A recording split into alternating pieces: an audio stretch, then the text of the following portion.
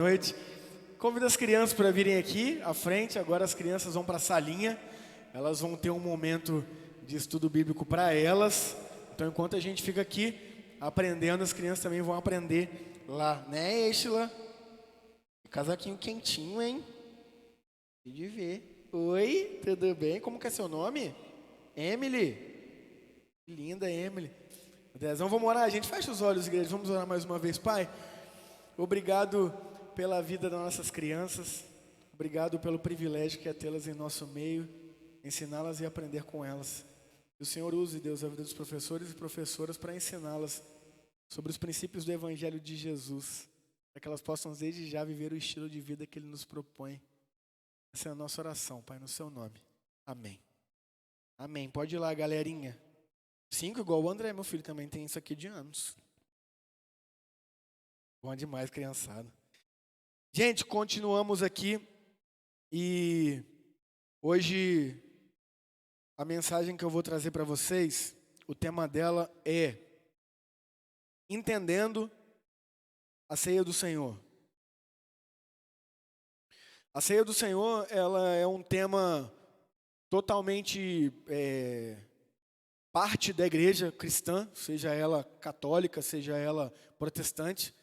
E eu tenho percebido aí, ao longo de alguns meses, que o entendimento da ceia, ele é muito mal compreendido pela maioria dos cristãos. Eu vou falar do meu grupo, do nosso grupo dos evangélicos, né?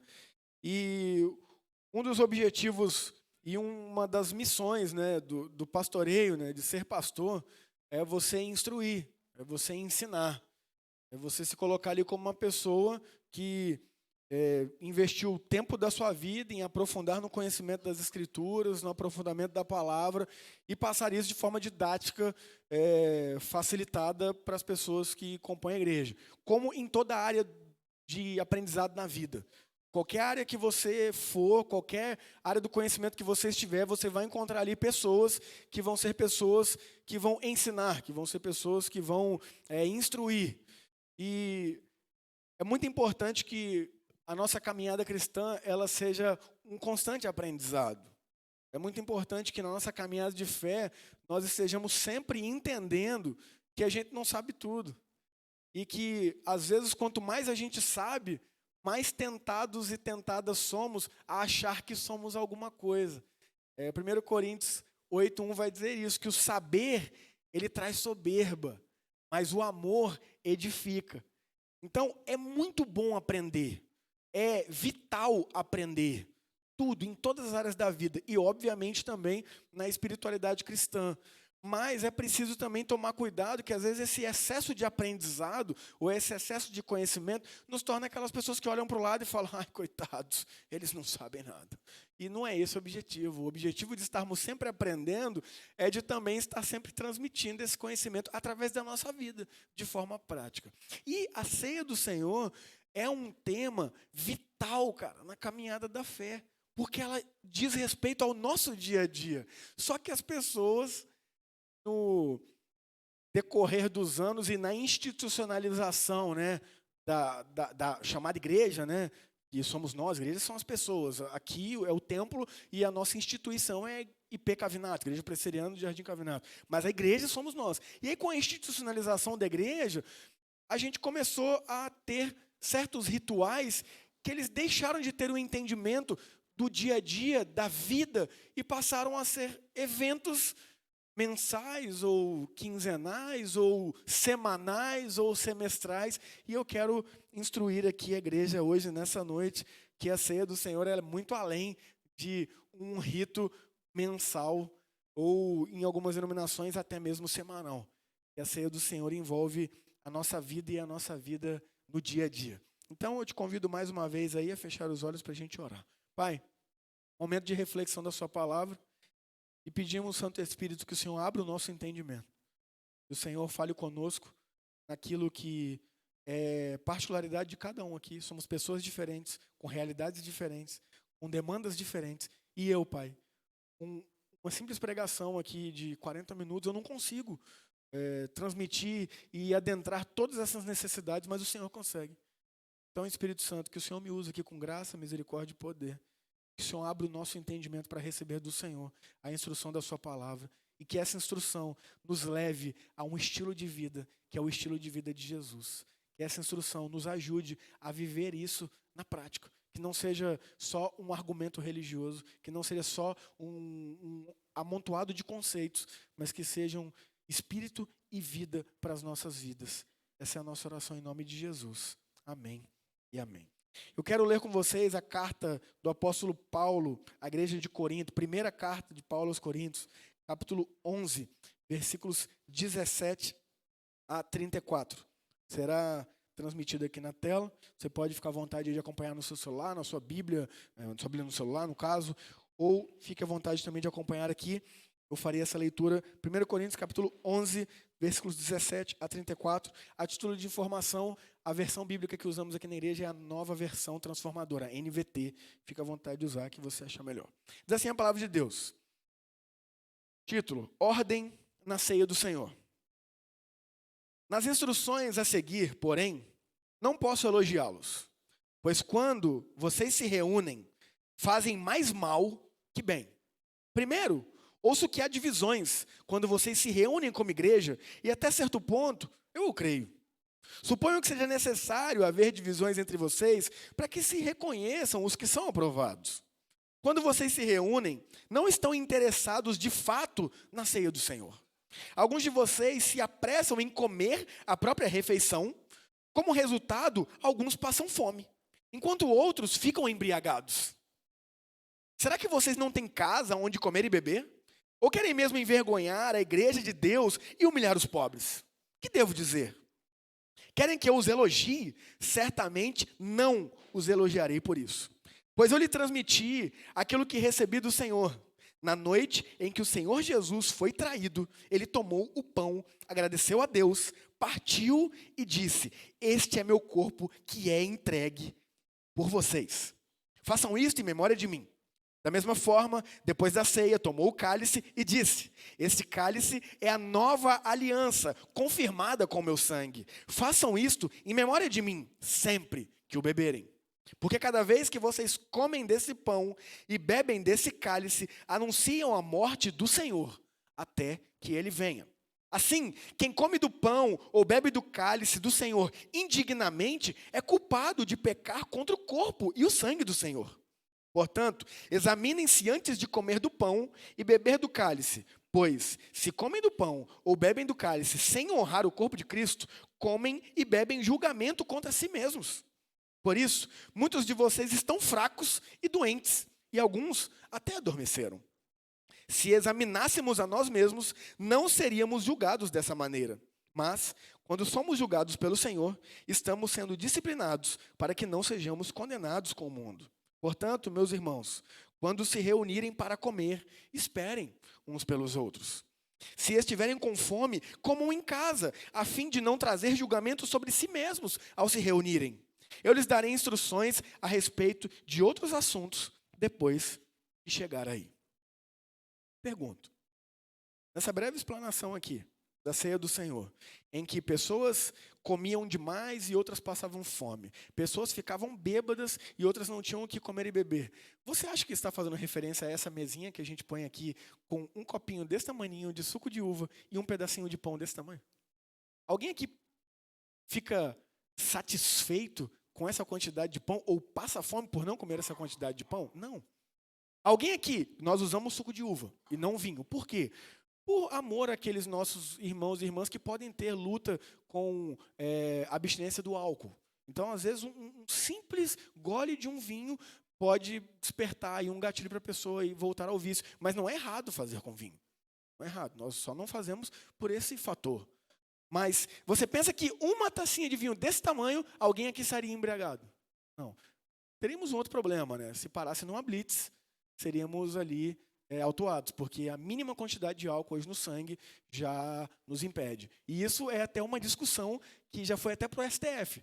Pessoas que têm como liturgia dos seus cultos o álcool, e ali elas, ao consumirem, elas são paradas em blitz, e aí correm problemas e tudo mais. Mas nós não temos dificuldade com isso, porque em Deus sabemos que não é a substância em si, mas é o que ela representa. Então a gente coloca suco de uva. Mas você acha que uma mínima quantidade dessa de vinho faria alguém aqui ficar embriagado e aquele que não toma não teria o que comer? Não, obviamente que não.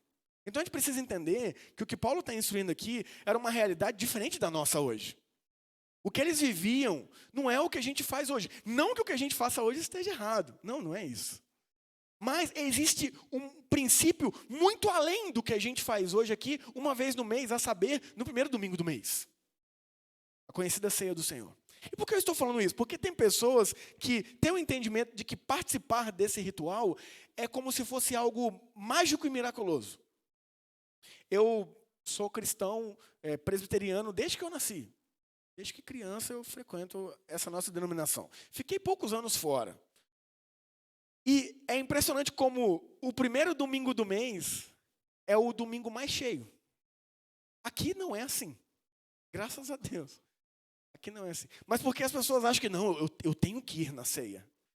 Sim, é importantíssimo ir à ceia. Mas é importantíssimo viver a ceia. E não apenas ir no ritual da ceia litúrgico na comunidade.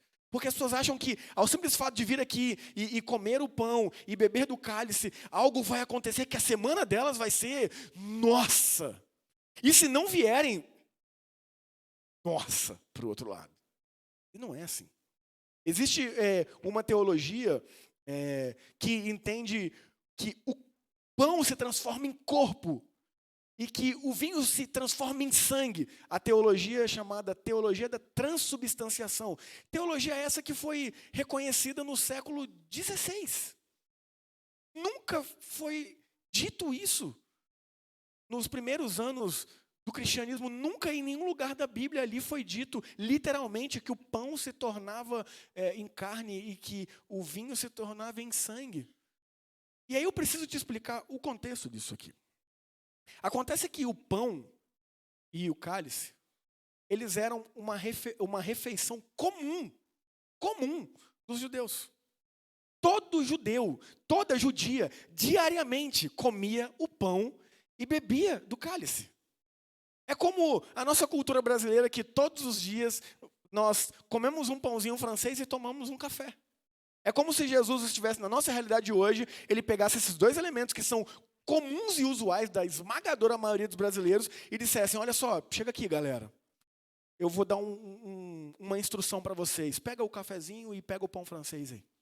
E ele toma esses dois elementos e ele diz, olha só, esse pão aqui, Deus, obrigado por esse pão, obrigado, ele dá graças, né? Obrigado por esse alimento, fruto do nosso trabalho, fruto da provisão do Senhor. E aí ele reparte com seus amigos e ele fala, olha só, esse pão é o meu corpo. Todas as vezes que vocês comerem desse pão, vocês lembrem de mim. E ele pega aquele cafezinho e ele agradece a Deus e fala, esse café é a nova aliança do meu sangue. Todas as vezes que vocês beberem esse café aqui, vocês façam isso em memória de mim. Lembrem-se de mim. Ou seja, o que ele estaria dizendo para mim e para você? Que diariamente, às vezes até mais de uma vez por dia, nós deveríamos lembrar dele e anunciá-lo. Que ele morreu e ressuscitou. Ou seja, é um estilo de vida. É algo usual, é algo rotineiro, é algo diário. E não um rito com dois elementos raríssimos, como, vamos lá, peguem, fala aí, algo raro aí. Não sei nem algo raro para falar aqui. Caviar. Pegue o caviar e pegue uma bebida caríssima, dificílima. Esses dois elementos simbolizam. Não, ele não fez isso. Ele pegou dois elementos comuns, rotineiros, usuais, para ensinar para aquelas pessoas, para ensinar para nós um estilo de vida diário, de estar com ele à mesa, de participar da mesa do Senhor. E na mesa, e na cultura judaica, a mesa tem um simbolismo muito grande, porque a mesa simboliza a inclusão. Não se assentavam com estranhos naquela época. Como a gente faz hoje, por exemplo, está no restaurante, está cheio, aí você vê um lugarzinho ali e fala, posso sentar aqui? Fica à vontade. Naquela época isso não existia. Você só se assentava à mesa com pessoas que você conhecia, porque estar à mesa simbolizava uma união gigantesca. E Jesus foi acusado, porque Jesus sentava-se à mesa com pecadores. E ali os mestres da lei, os altos religiosos, o julgavam, dizendo: esse Jesus aí senta com pecadores. Ou seja, se associa com eles. Porque essa era a cultura da época. Sentar-se à mesa para comer era associar-se. E a pergunta que eu faço é: Jesus algum dia pecou? Não, ele era Deus, ele nunca pecou.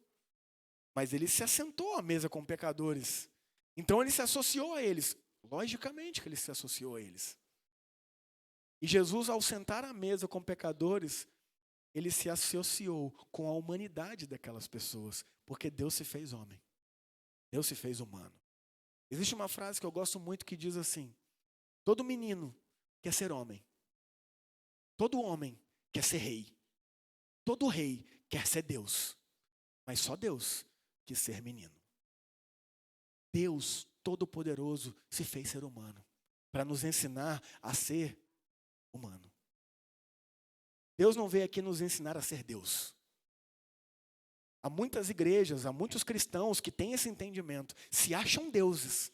E por se acharem deuses, se acham superiores às outras pessoas a ponto de apontar o dedo e julgar e apontar. E eu não cometo tais coisas, eu não faço tais coisas. E se acham os melhores. Mas não. Deus veio aqui em forma humana nos ensinar a amar na prática os nossos semelhantes.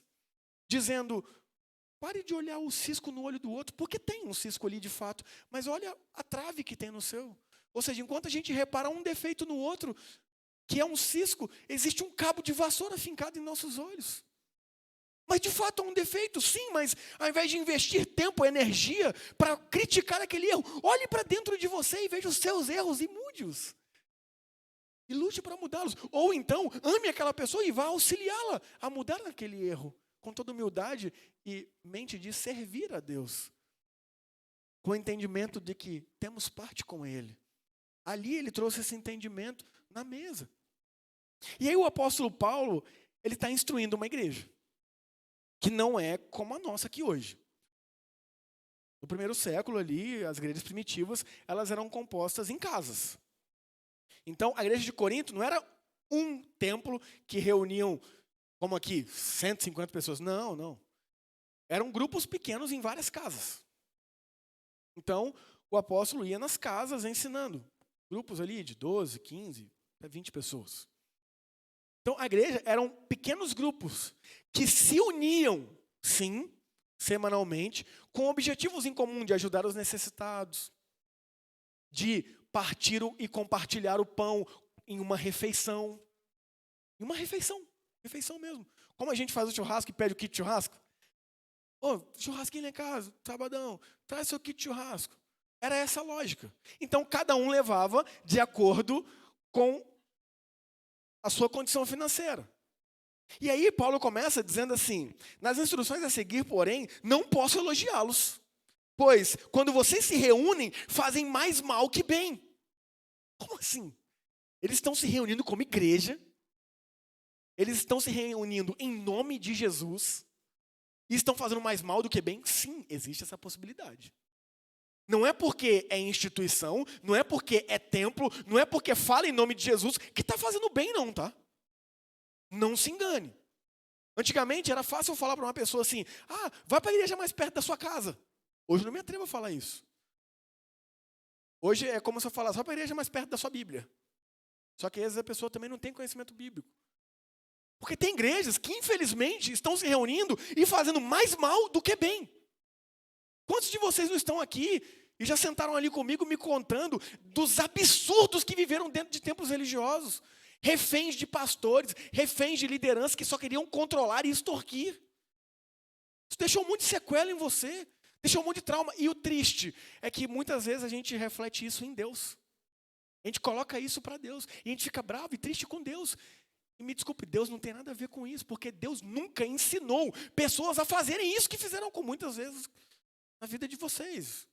Nunca, nunca. Então, sim, há comunidades que se reúnem e fazem mais mal do que bem, infelizmente. Agora, eu vou ficar aqui falando mal delas? Eu vou ficar aqui perdendo o tempo da minha vida citando nomes e não. Eu vou olhar para mim, eu vou olhar para a nossa comunidade e vou buscar nos instruirmos mutuamente para que a gente seja diferente. Para que a gente viva conforme o Evangelho ensina. Para que a gente leve esse amor e esse serviço além dessas paredes. Isso é o que Jesus quer de nós. E não meramente que a gente fique sentado num banco de retos juízes e, aquela igreja ali é mais mal do que bem, certeza. Aquela ali, então, nem se fala, não. É olhar para nós e refletirmos e falar, nossa, qual é a minha parte na igreja? Nesse grupo? Que domingo após domingo eu vou. Aí você já começa a reparar como a nossa concepção de reunir em igreja também é muito equivocada. A grande maioria de nós vem aqui para ser abençoados, ao invés de vir aqui para abençoar. Já começa um problema. Vir à igreja para ser abençoado, para ser abençoada, já demonstra um egocentrismo gigante da nossa parte. Não, eu vou à igreja porque senão a minha semana não vai ser boa. Começa a pensar diferente. Eu vou à igreja para fazer a semana de uma outra pessoa boa. Provavelmente há pessoas aqui no nosso meio hoje que estão sofrendo, cara. Sofrendo financeiramente, sofrendo psicologicamente, sofrendo pelo término de um relacionamento, sofrendo por terem grandes dificuldades em lidar com os seus pais, sofrendo pelo término de um casamento. E aí, ao virmos para a comunidade com o mero pensamento egoísta de vou lá para ser abençoado, para ser abençoada, a gente nem olha para o lado para ver a necessidade do outro. Porque estamos ocupados demais com as nossas próprias necessidades. Mas nunca se esqueça, ao cuidar da necessidade do outro, você também está se capacitando a ter a sua necessidade de cuidado. Não é esquecer de você e viver pelo outro. Não é isso. Não é o exagero. É o equilíbrio. Cuidar de mim, mas também cuidar do outro. É vir cultuar aqui para eu crescer, para eu aprender, mas também para eu ser usado e usada para abençoar e ensinar e somar na vida do outro. Pastor, mas eu estou chegando agora, eu não sei muita coisa. Você sabe ouvir. Você sabe dar um abraço. Você sabe dar um sorriso. Isso muda a vida. Isso muda a realidade. Muda. Porque estamos tão ensimesmados que às vezes não conseguimos ver que podemos fazer diferença na vida de alguém com um simples abraço. É o que a gente ora sempre aqui antes de começar o culto. Que as pessoas que entrarem aqui pela primeira vez, que elas sintam a presença de Deus e o amor de Deus real, mas que elas também sintam o nosso amor. Num olhar, num gesto, num abraço, num se importar. Isso é ser igreja. Mas aí Paulo está aqui, repreendendo a igreja de Corinto, dizendo, não, vocês quando se reúnem fazem mais mal do que bem. E ele continua. Primeiro ouço que há divisões quando vocês se reúnem como igreja. E até certo ponto eu creio. Então o povo tudo dividido, sabe? Brigaiada, facção, divisão, isso é o que infelizmente mais tem nas igrejas. Aquele grupo não gosta daquele. Aquele grupo se acha melhor. Aquele grupo aponta o dedo para o outro. Aquele grupo é o grupo bambambam e aquele é o mais ou menos. Aí o pessoal do louvor não gosta do pessoal da mídia. O pessoal da mídia fala mal do pessoal da recepção. O pessoal da recepção... Gente, até onde eu sei, isso não acontece aqui.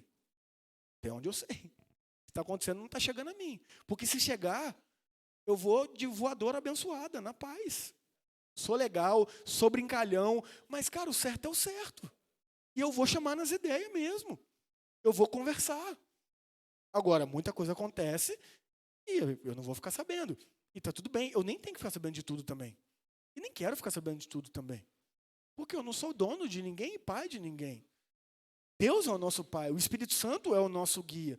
E o meu papel aqui é instruir. E sim, ajudar aqueles que querem. Aqueles que estão dispostos, aqueles que buscam ajuda, aquelas que buscam ajuda.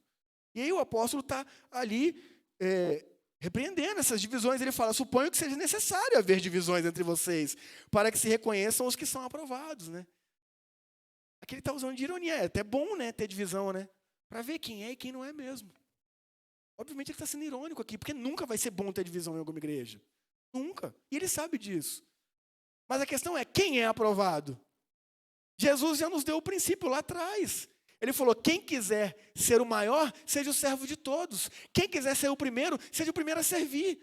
Então, está aqui o padrão que o Evangelho nos dá para sermos melhores uns que os outros. Sabe qual é? Quer ser o melhor? Seja o primeiro a servir todo mundo aqui. Quer ser o maior? Seja o que seja à disposição de todos. É isso o padrão que Jesus nos dá. E não o padrão que o ser humano tem de, eu sou melhor porque eu sou do ministério tal. Eu sou melhor porque eu não cometo esses pecados. Eu sou maior porque... Isso não é bíblico, isso não reflete Jesus. Jesus nos deu o padrão de aprovação, quer ser aprovado. Ame o outro, sirva o outro e se coloque à disposição do outro. Ponto. Ponto. E aí o apóstolo está falando, então, será que essas divisões vão mostrar quem é quem mesmo? Porque quem for aprovado vai estar disposto a servir, a se doar, a olhar para o outro com um olhar de misericórdia. Porque sabe que tem uma trave fincada no olho e no outro olho tem apenas um cisco. Mas não. Muitas vezes entramos em embates para querer mostrar quem é melhor e quem é pior. Para quem é o maior e quem é o menor. E aí ele diz, quando vocês se reúnem, não estão interessados de fato na ceia do Senhor. Alguns de vocês se interessam em comer a própria refeição. Como resultado, alguns passam fome, enquanto outros ficam embriagados. Lembra da lógica que eu falei aqui do kit churrasco? Era como se fosse essa lógica. Vamos nos reunir. Na festa do amor, era a chamada festa da igreja de Corinto. Festa ágape. Festa do amor. Então, na festa do amor, as pessoas se reuniam semanalmente, aos domingos, que era o dia que eles tinham para partir o pão. Isso era a influência dos apóstolos a partir de Atos, porque antes de Atos eles se reuniam no sábado. Mas com a perseguição romana, com a morte aos cristãos, com a dispersão dos cristãos pelo mundo, eles mudaram o dia por questão estratégica. Porque o Império Romano intensificava as buscas no sábado, porque sabia que encontrar cristãos reunidos em grandes grupos no sábado. Então era fácil pegá-los e matá-los, e prendê-los e torturá-los. Então eles mudam estrategicamente o dia. Eles mudam para o domingo para já aí, como estratégia, ficar mais difícil de serem pegos. E eles se reúnem nesse primeiro dia da semana para partir o pão. E aí é o kit churrasco.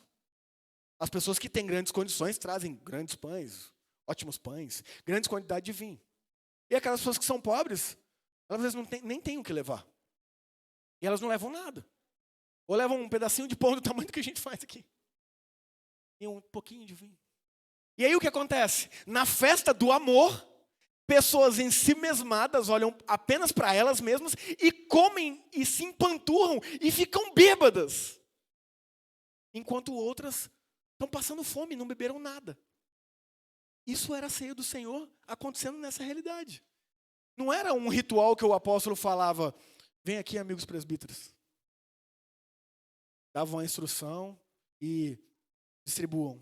Aí as pessoas iam lá, davam um pedacinho de pãozinho para cada um, cálicezinho para cada um. Todos receberam? Comamos do pão, bebamos do cálice e oremos ao Senhor. Não era assim. Agora eu estou falando que assim é errado? Óbvio que não. Esse momento, ele é abençoador. Esse momento, ele é didático. Esse momento aqui que a gente faz aos primeiros domingos do mês, ele é instrutivo para que isso não fique apenas no primeiro domingo do mês, mas que seja feito todos os dias da nossa vida, como Jesus nos instruiu. Todas as vezes que comerem do pão e beberem do cálice, vocês fazem isso em memória de mim, anunciando a morte do Senhor até que Ele venha. Ou seja, vocês estão tendo aqui um lembrete, vocês estão tendo aqui um pacto, vocês estão tendo aqui uma instrução, vocês estão tendo aqui espírito e vida que os conduzem a um estilo de vida diário e não apenas uma vez no mês. E não apenas nas reuniões semanais. E aí o apóstolo aqui está dizendo, cara, olha o que vocês estão fazendo. Alguns de vocês se apressam em comer a própria refeição, como resultado, alguns passam fome, enquanto outros ficam embriagados. Será que vocês não têm casa onde comer e beber? Ou querem mesmo envergonhar a igreja de Deus e humilhar os pobres? Porque era isso que acontecia. Quando eles humilhavam os pobres, eles envergonhavam a igreja de Deus. Porque é bíblico que Deus tem grande apreço para com os pobres. E não é só pobre de espírito, não. É pobre materialmente falando mesmo. Provérbios vai dizer, quem dá a Deus, quem dá ao pobre empresta a Deus. Ah não, mas o pobre ela perde casa. Aí a gente é cheio da ressalva, né? Ah não, mas é porque não é só dar o pão, é dar a vara e ensinar a pescar. E você dá a vara e ensina a pescar? E às vezes a gente fica com um monte de frasezinha de efeito para nos eximir daquilo que deve ser feito. Sabe? Frase de efeito para fugir do que deve ser feito. Eu sei que é muito melhor ensinar a pescar do que dar um peixe. Mas você consegue ensinar a pescar? Nem pescar eu sei. Então eu vou lá e dou peixe, que é o que me cabe ali. Ah, mas isso é papel do Estado. Sempre foi. Sempre foi. Mas o Estado faz. Não, e historicamente falando, a igreja sempre fez o que o Estado às vezes não fez, porque não é que não conseguia, é porque às vezes não queria mesmo. Então é papel nosso também socorrer os pobres, a começar os que estão aqui, sabe? A começar com os que estão aqui. Pô, na pandemia tem gente que frequenta aqui, cara, que perdeu emprego, que não tinha como pagar aluguel. A igreja, vocês, a contribuição de vocês fez com que essa igreja aqui pagasse aluguel de pessoas, pagasse conta de luz de pessoas, desse cesta básica para pessoas, porque esse é o papel da igreja. Agora não, a igreja só quer receber, né, a instituição.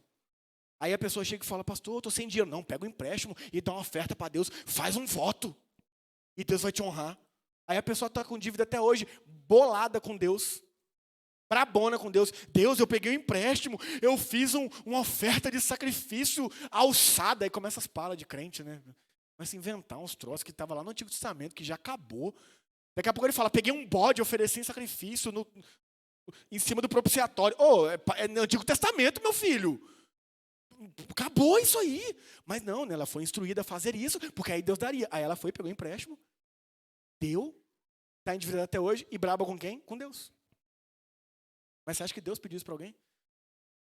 Deus instruiu a igreja para socorrer os necessitados, os pobres e as viúvas. E por que as viúvas? Porque as viúvas naquele contexto, quando seu marido morria e elas não tinham filhos, não tinha ninguém que as sustentasse, elas não conseguiam estar inseridas no mercado de trabalho pela cultura delas, e elas não conseguiam ter matrimônio, porque elas já eram casadas, então elas ficavam à mercê. Ou era a igreja que as sustentava, ou a única alternativa era se tornarem prostitutas. E aí o apóstolo ensina e fala, cuide dos pobres, dos órfãos, das viúvas. Entre com a provisão para eles. Então isso é um papel nosso também. Você não pode estar aqui hoje, e estar passando dificuldade, cara, não tem o que comer. Você não pode. Isso tem que chegar até nós, a gente tem que saber. A gente tem que se unir para te ajudar. Isso é o mínimo. Nossa, pastor, eu não ouço isso em lugar nenhum. Aí eu fico triste, né? Porque a Bíblia está cheia disso aí. Eu me pergunto, qual que é o interesse de pregar nos púlpitos das igrejas? É o interesse de acrescentar número de pessoas e, consequentemente, aumentar a arrecadação para construir templos e mais templos? Ou o interesse é a gente se amar mutuamente, como Jesus veio aqui e nos ensinou? E aí você que está sentado aí, você começa a refletir, né, em estar aqui. Você fala, caramba, véio, então quer dizer que se tiver alguém passando necessidade lá na IPCAVNAT, eu estou colando lá, eu vou ter que ajudar para pagar o aluguel da pessoa? É isso mesmo. É isso mesmo. Então, se a pessoa não está tendo o que comer, eu vou ter que deixar de ir no Outback uma vez por semana para comprar uma cesta básica. É isso mesmo. É isso mesmo que você está ouvindo. Então, você pensa bem se você quer ficar aqui mesmo. Você pensa bem. Porque se você está aqui e você quer ser igreja de verdade, esse é nosso papel. Não está aqui brincando de reunir, cantar musiquinha e levantar a mãozinha para o alto. Está aqui porque a gente quer ser igreja de verdade. Não apenas em cultos e manifestações, não, mas em vida. Dia a dia, segunda a segunda. E não ficar batendo ponto aqui domingo à noite, domingo de manhã, quinta à noite, aí quando alguém, ei, tá bem? Ah, não tô não. Ah, mas então, tô corrido, valeu, falou, tchau. Porque isso não reflete nada do evangelho de Jesus. E isso está sendo altamente confrontado aqui, porque ele fala, vocês querem mesmo envergonhar a igreja de Deus e humilhar os pobres, que devo dizer, querem que eu os elogie? Porque era um banquete, né? Então imagina o apóstolo chegando lá, Paulo plantou aquela igreja e foi continuar nas viagens missionárias dele. E ali ele fica sabendo e manda uma carta. E o pessoal achando, nossa, quando Paulo subir ao banquetão que rola aqui na ceia, rapaz, vai elogiar. Você acha que Deus está preocupado com banquete? São amigos meus que às vezes fazem na maldade, né, cara? Mas eu fico triste, né? Ô, Canonga, vem cá, vou te mostrar aqui, ó. Esse lustre aqui, Canonga, 1 milhão. Na igreja. Falou, não, aqui, ó, construímos aqui, ó, ar-condicionado, ó. Banco cochoado. Esse piso aqui, Canonga, esse piso aqui era velho, agora o piso aqui, granito. E tal, e eu fico assim, ó. Pô, maneiro, mãe. Aí eu falo, não, ele vai continuar, né? Ele vai falar mais, né? Isso é só o começo. E aí fica nisso. Que elevador, livraria. Falou, Deus me usou, né, Candonga? Aqui, né? Para construir coisas que a gente vai morrer e vai ficar aqui. Deus te usou para colocar granito no chão. Nada contra, tá, granito. Pode ser que tenha alguém na igreja que doou granito. Vai ter lúcia de 1 milhão. 1 milhão de reais, a gente muda esse bairro aqui, velho. E acho que vai receber elogio por isso. Nossa, olha o banquete que é a nossa ceia. É um banquete, mas enquanto uns estão ficando bêbados, outros estão passando fome. E vocês querem que eu elogie vocês por isso? Vocês não estão entendendo, não, velho. É o que o apóstolo está fazendo aqui, cara, dando duro na gente. Foi neles, mas se aplica a nós aqui. Pois eu lhes transmiti, aí começa o texto, que eu uso todo domingo aqui. Melhor, todo domingo de ceia aqui, na IPK Vinato. Todo domingo de ceia eu uso esse texto aqui, a partir daqui, para instruir a respeito da ceia do Senhor. E eu vou ler. Pois eu lhes transmiti aquilo que recebi do Senhor. Na noite em que o Senhor Jesus foi traído, ele tomou o pão, agradeceu a Deus, partiu e disse: este é o meu corpo que é entregue por vocês. Façam isto em memória de mim. Da mesma forma, depois da ceia, tomou o cálice e disse: este cálice é a nova aliança, confirmada com meu sangue. Façam isto em memória de mim, sempre que o beberem. Porque cada vez que vocês comem desse pão e bebem desse cálice, anunciam a morte do Senhor, até que ele venha. Aqui Paulo está enfatizando, aqui Paulo está corrigindo, aqui Paulo está ensinando novamente o conceito de ceia. Que eles tinham perdido, achando que eram banquetes em que uns comem muito, outros passam fome, ninguém espera ninguém. Cada um por si e Deus por ninguém, né? Porque Deus não estava provando aquilo ali. Tem o Deus por todos. E aí ele instrui, dá uma dura e fala: deixa eu ensinar para vocês como que é. É dia a dia. A gente se reúne aqui, sim, semanalmente, faz esse momento. Mas é muito além desse momento. Mas nesse momento se reflete também a graça e a bondade de Deus. E aí, começam as dúvidas das pessoas. Tá, mas e como que eu posso participar da ceia, então? E quando que eu posso participar da ceia? E quando eu não posso? E aí é a parte que vem a seguir. 27. Assim, quem come do pão ou bebe do cálice do Senhor indignamente é culpado de pecar contra o corpo e o sangue do Senhor. Portanto, examinem-se antes de comer do pão e beber do cálice. Ele está dizendo, examinem-se antes de comer. Ele não está dizendo, examinem-se e não comam. Porque ele está falando para aquela igreja que a realidade deles era o quê? Nem aí um para o outro. Então ele está falando, bota a mão na consciência antes de comer e lembra, peraí, será que todo mundo que está aqui na festa do amor tem o que comer? Será que todo mundo já chegou? É isso que ele está ensinando aqui. Examine-se antes de comer. Porque o pessoal chegava e já ia comendo, ninguém ligava para ninguém. E aí comia, bebia, ficava doidão, comia pra caramba. Ele está falando, acorda, você não tem casa não? Para comer assim, você come na sua casa, cara. Você vem aqui é para ter um momento de comunhão, de compartilhar, de troca, de amor. Né? Rodízio de ceia, não, pá. Vem para cá para ter um momento aqui, sabe? É para comer como se não houvesse amanhã, não. Então, é isso que ele está instruindo. Examine-se assim mesmo. Olha aí qual que é a intenção do seu coração. Olha se você está pensando só em você mesmo. Mas aí, é muito usual as pessoas não tomarem ceia porque elas estão em pecado.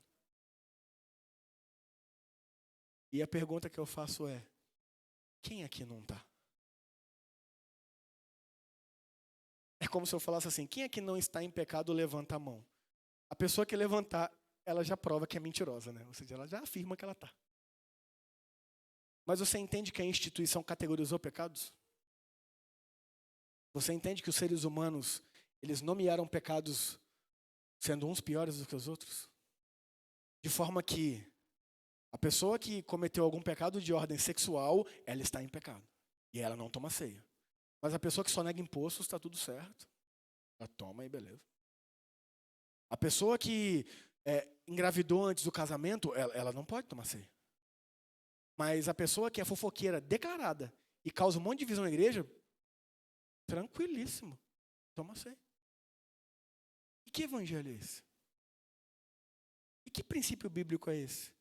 Porque o que o apóstolo vai nos ensinar aqui é: examine-se.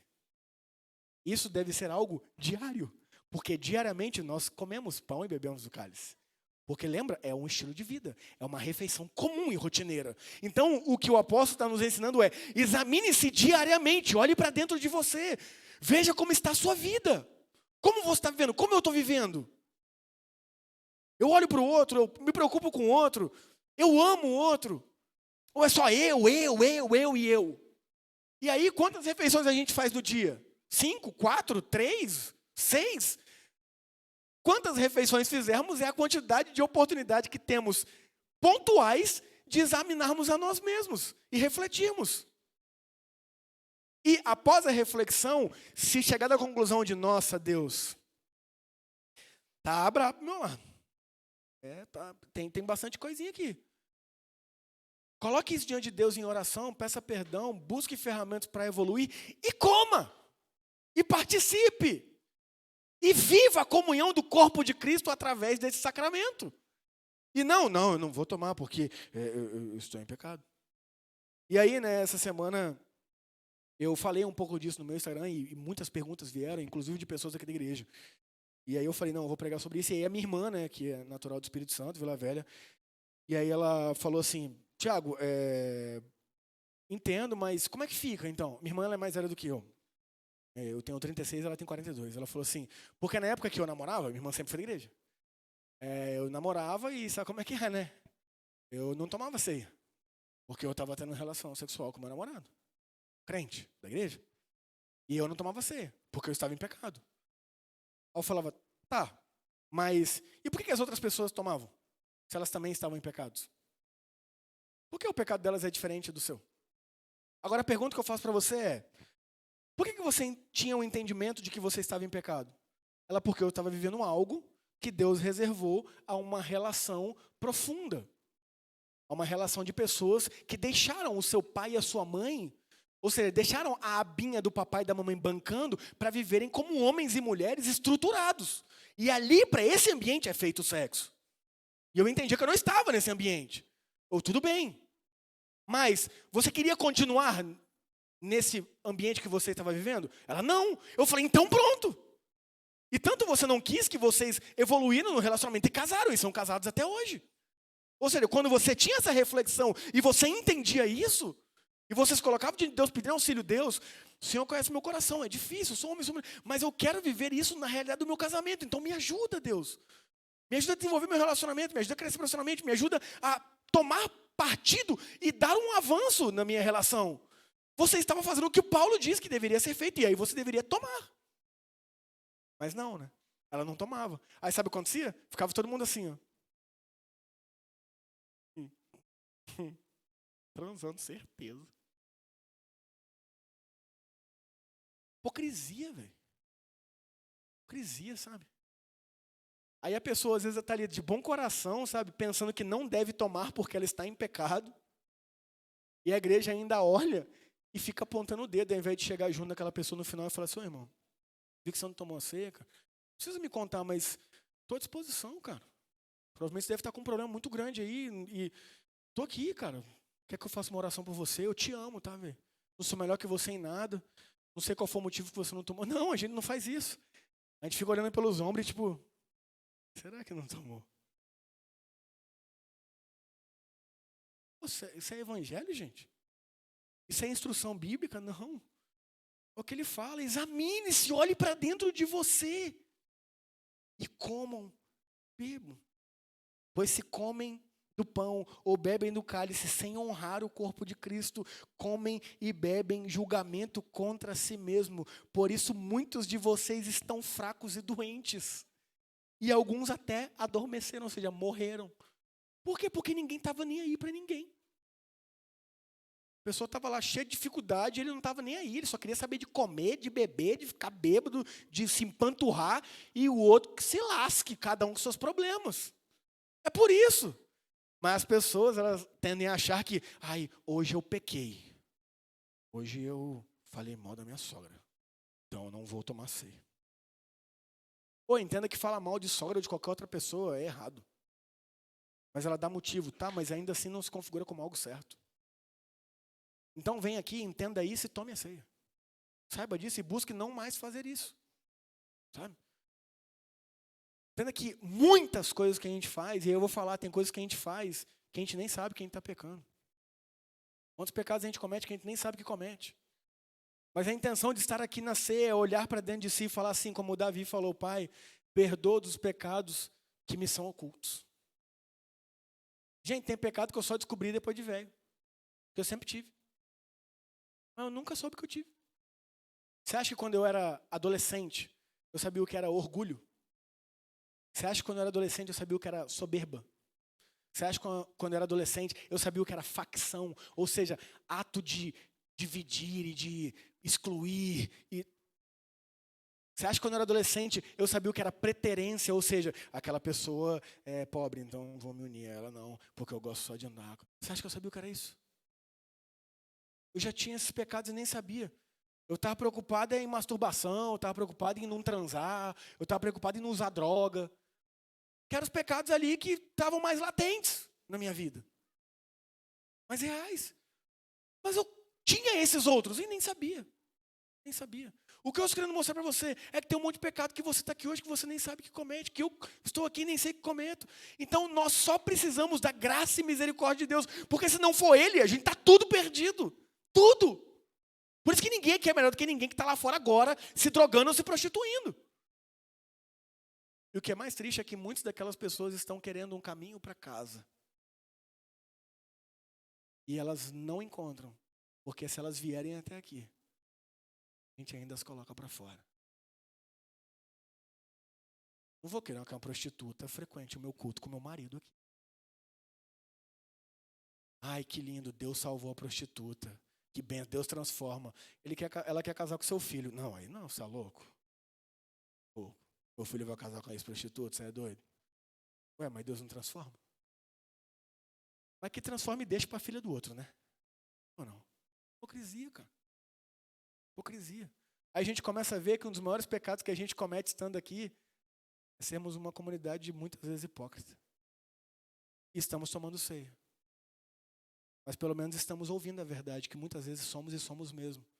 E cabe a nós olhar diante de todas as refeições do nosso dia, ou seja, diariamente, a partir do nosso estilo de vida que nos instrui e nos ensina a sermos mais parecidos com Jesus, a olhar para dentro de nós e pedir perdão a Deus, e buscar auxílio, e aprender cada vez mais dele, e buscar ferramentas, ser mais parecidos com Jesus. E aí eu caminho para o fim. Se examinássemos a nós mesmos, não seríamos julgados dessa maneira. Você viu o que ele está dizendo? Se vocês simplesmente fizessem uma autorreflexão, se verdadeiramente vocês refletissem, olhassem para dentro de vocês, vocês não estariam tomando essa dura aqui, não. Vocês não estariam sendo julgados dessa maneira. Mas quando somos julgados pelo Senhor, estamos sendo disciplinados para que não sejamos condenados como o mundo. Porque já bem diz, né? Deus disciplina os filhos a quem Ele ama. Assim como um pai e uma mãe disciplinam o filho a quem quer bem. Deus não castiga não, tá, gente? Deus não castiga. Os nossos pecados nos castigam. Os nossos pecados nos destroem. Os nossos pecados nos consomem. Porque os nossos pecados nos impedem de amar a Deus e amar ao próximo. A gente se degladia por causa do pecado. A gente se mata por causa do pecado. O nosso castigo é o pecado. Agora, para os filhos, Deus tem a disciplina. E a disciplina é o quê, meu filho? Você precisa aprender 5 minutinhos aqui para refletir. É por amor. Quando eu disciplino meus filhos, eu sou um pecador. Eu não estou fazendo aquilo porque eu quero o mal deles. Eu estou fazendo aquilo porque eu quero que eles reflitam. André, aprendi isso com um educador aí, que o castigo tem que ser de acordo com... O tempo do castigo tem que ser de acordo com a idade. Então, André, 5 minutos sentado no seu quarto refletindo sobre o que você fez. Eu pisco o olho, deu 5 minutos. Eu falo, gente, o castigo de hoje é rápido, né? Aí ele sai, eu falo, vem cá, você entendeu o que você fez errado? Não é isso, cara, não é legal, filho. Pai, isso não está certo. Eu quero o bem dele. Mas você acha que é legal ele ficar lá 5 minutos que seja? Não é. Mas é porque eu amo, eu quero ensiná-lo. Se eu que sou pecador faço isso, imagina Deus que é perfeito. Ele vai nos corrigir, Ele vai nos disciplinar. Não nos castigar, porque você errou, toma. Porque se Ele fosse nos castigar pelos nossos pecados, o inferno seria a nossa solução. Mas não, Ele nos resgatou do império das trevas. E agora Ele nos disciplina para que a gente evolua e pareça cada vez mais com Ele. Para que a gente aprenda a viver como Ele viveu. Portanto, meus irmãos, quando se reunirem para comer, esperem uns pelos outros. Se estiverem com fome, comam em casa, a fim de não trazer julgamento sobre si mesmos ao se reunirem. Eu lhes darei instruções a respeito de outros assuntos, depois que chegar aí. Aqui o apóstolo finaliza. E ele conclui dizendo, esperem uns pelos outros, cara. Olha para o lado. Olha só para você. Para desse pai meu. O pai é nosso. Para de achar que tudo é para você, que tudo gira em torno de você, que tudo é para mim, que tudo diz respeito a mim. Para. Enquanto a gente reclama que a situação está difícil, tem gente que não tem o que comer. Enquanto a gente está reclamando, o dinheiro não está dando para nada, tem 33 milhões de pessoas em estado de fome e miséria no nosso país, cara. Agora, isso não quer dizer que a gente não vá correr atrás e buscar alternativas para evoluir, para conseguir mais recursos. Óbvio que não, a gente pode e deve fazer isso. Mas independente do momento que a gente está, a gente deve ser grato e sempre olhar para o lado e saber que existem pessoas na nossa comunidade aqui. Enquanto você está reclamando que o seu iPhone 8 está velho, tem pessoa aqui que nem celular tem. Enquanto você está reclamando que a sua casa precisa de uma pintura, tem gente aqui que está morando em casa alugada, no reboco. Enquanto você está reclamando que o seu carro, meu carro tá velho, tem pessoa aqui que vem para a igreja de ônibus. E eu vou te falar uma coisa de coração aqui. Para mim não deveria existir nenhuma pessoa que frequenta este local vir para cá de ônibus, cara. Porque nós temos a esmagadora maioria de pessoas aqui que tem carro, velho. E para mim, na minha opinião, e é a minha opinião, tá? É só a minha opinião. Totalmente passível de erro. Para mim é um absurdo uma pessoa precisar vir para cá de ônibus. Esse tanto de carro que a gente tem aqui. Para mim é um absurdo. Agora, a gente nem sabe quem vem de ônibus, né? Porque a gente não está nem aí para isso. A gente não consegue nem chegar no horário, porque nem conseguir se arrumar e tomar banho para chegar aqui a tempo a gente consegue. Vai ter tempo para pensar no outro e passar na casa do outro, para sair meia hora mais cedo para buscar e ajudar o outro. Imagina, você é louco. O apóstolo está falando para nós aqui, através, obviamente, do Espírito Santo de Deus. Quando vocês se reunirem, pensa no outro, tá? Para o outro. Viva o outro. Porque o outro é eu. O outro é você. Quando Jesus diz, ame ao próximo como você mesmo, o entendimento judaico disso é que o próximo é como a mim mesmo, porque o próximo é eu mesmo. Porque toda vez que eu faço algo contra o meu próximo, eu faço algo contra mim. Porque o corpo de Cristo é um corpo, composto por várias pessoas. Então, toda vez que aqui a gente não se ajuda mutuamente, a gente não se ama na prática e no serviço, a gente está fazendo mal para nós mesmos. E às vezes a gente não entende por que a nossa vida não anda. Porque muitas vezes a nossa vida está focada apenas em nós mesmos. Estamos nos embriagando nos nossos vinhos. Estamos nos empanturrando nas nossas comidas. Nos fazendo mal naquilo que achamos que receberíamos elogios. E a palavra de Deus nos instrui, faça assim. Olha para o outro, veja o outro, ame o outro, sirva o outro. Amém? Feche os olhos, vamos orar mais uma vez. Pai, obrigado pela sua palavra, Deus. Muitas vezes é duro o discurso. Mas como o apóstolo Pedro, ao ser questionado pelo próprio Cristo, que disse, de fato, o discurso é duro, todo mundo foi embora. Por que vocês não vão também? A resposta foi, para onde iremos, se só o Senhor tem as palavras de vida eterna.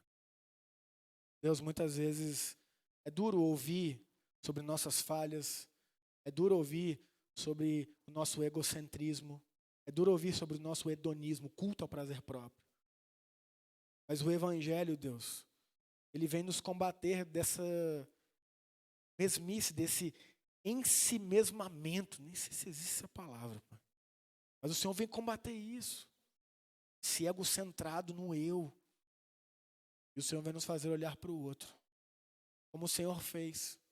O Senhor deixou a sua glória. O Senhor deixou a sua morada eterna. Se fez homem. Foi um bebê que dependeu de pessoas para instruir, para alimentar. Foi crescendo e até então se revelar como o Deus encarnado, nos ensinando a viver e amar na prática. Nos ensinando a ceia do Senhor, que muito mais do que um ritual mensal, é um estilo de vida diário, de estarmos na sua presença em autoanálise, constantemente refletindo sobre como estamos vivendo a nossa vida. Espírito Santo, obrigado. Essa palavra encontre solo fértil em nossos corações para germinar e frutificar. Possamos evoluir como discípulos e discípulas de Jesus, sendo mais parecidos contigo e amando na prática, a começar com a nossa casa, a começar com aqueles que estão aqui na nossa comunidade. Em nome de Jesus, Pai. Amém, amém. Quero dar os recados rápidos aqui e depois eu vou